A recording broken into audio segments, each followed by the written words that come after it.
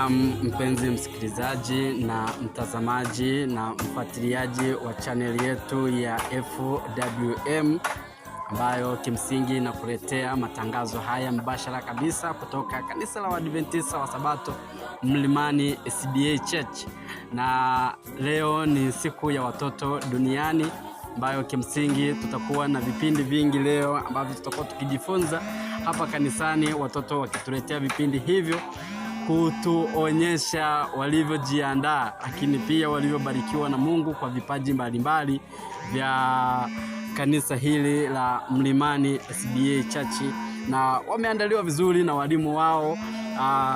Na leo tunabarikiwa na nitaenda kuongea na watu wachache katika jioni ya leo kuelekea katika vipindi hivi vya jioni kwa ajili ya kujua ni miongoni mwa vipindi ambavyo vimeandaliwa na idara hii ya watoto Mlimani. Kwa hiyo mpenzi msikilizaji na mtazamaji na mfuatiliaji wa chaneli yetu ya FWM, endelea kuwa pamoja nami na endelea kufuatilia vipindi hivi mpaka tutakapofikia tamati. Nyuma ya kamera yupo Baraka Benedicto, nami mtangazaji wako naitwa Enoch Roswe. Endelea.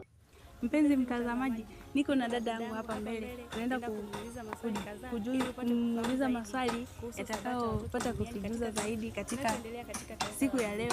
Tujue ni nini kinaendelea hapa katika kanisa la Sabato Mlimani. Karibu. Dada, habari? Salama. Naomba nipende kufahamu unaitwa nani, unatoka wapi na unasali Sabato au umealikwa tu? Maana leo ni siku ya watoto duniani. Asante. Naitwa Sauda Kalinga, natokea kanisa la Mlimani Mzega. Mimi ni msabato. Napenda kufahamu zaidi, kwani kuna nini kinachoendelea katika kanisa la Sabato Mlimani? Maana nimekuta watoto wamevaa sare, wamependeza. Sijaelewa. Kwani kuna nini? Leo kuna sikukuu, niseme tu, leo ni siku ya watoto duniani kifupi. Siku ya watoto duniani. Watoto wa Mlimani labda wameandaa program maalum kwa ajili ya kuonyesha kwamba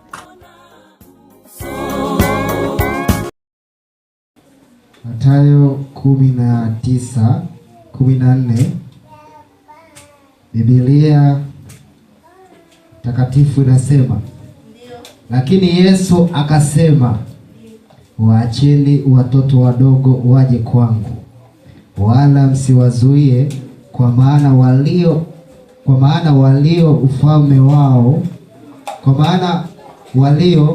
mfano wa hao ufalme wa mbinguni ni wao. Jamani, kama umesikia somo letu, punga mkono kwa furaha. Jamani, upande huu kwa kweli ni Mungu nitaandikia dhambi. Pungeni mkono niwaone. Pungeni mkono. Hiyo inamaanisha hivi: waacheni watoto wadogo waje kwa Mungu, maana ufalme ni wao. Wewe mzazi ambao unaharibu ufalme wa Mungu, moto. Hamna kusikilizana, nyinyi hamna, ni motoni hiyo. Kwa nini umeharibu ufalme wa mbinguni? Jamani, tutakuwa tu na watoto tuwachukulie ni ufalme wa mbinguni ambao Mungu yeye ndo kasema watoto wadogo ni ufalme wapi? Mbinguni. Amen. Mungu anasema wapendeni watoto. Wewe ambao unamchukia mtoto unamtolea maneno makali, Mungu hapendi, na hiyo ni dhambi. Alafu inasema watoto ni zawadi kutoka kwa Mungu. Unakuta mzazi mtoto kamkosea ni kidogo, anasema mtoto laana, mtoto laana. Mtoto sio laana, mtoto ni zawadi kutoka kwa nani? Mungu.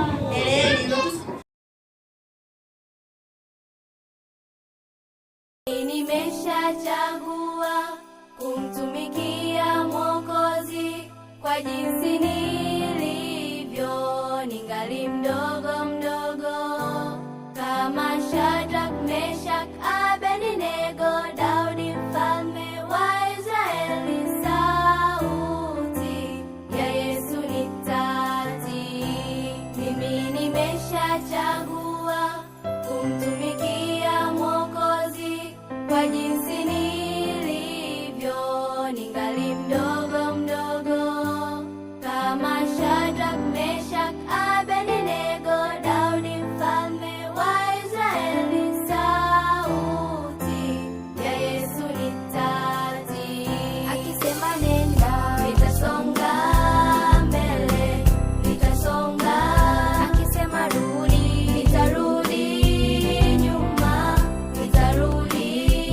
peponi.